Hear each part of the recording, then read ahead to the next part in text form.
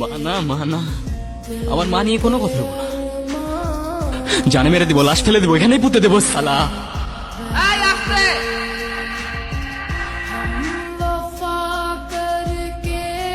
বেগম জান, ও তোমার সামনে আমারে মারার কথা বলতেছে আর তুমি বলতেছো আসতে।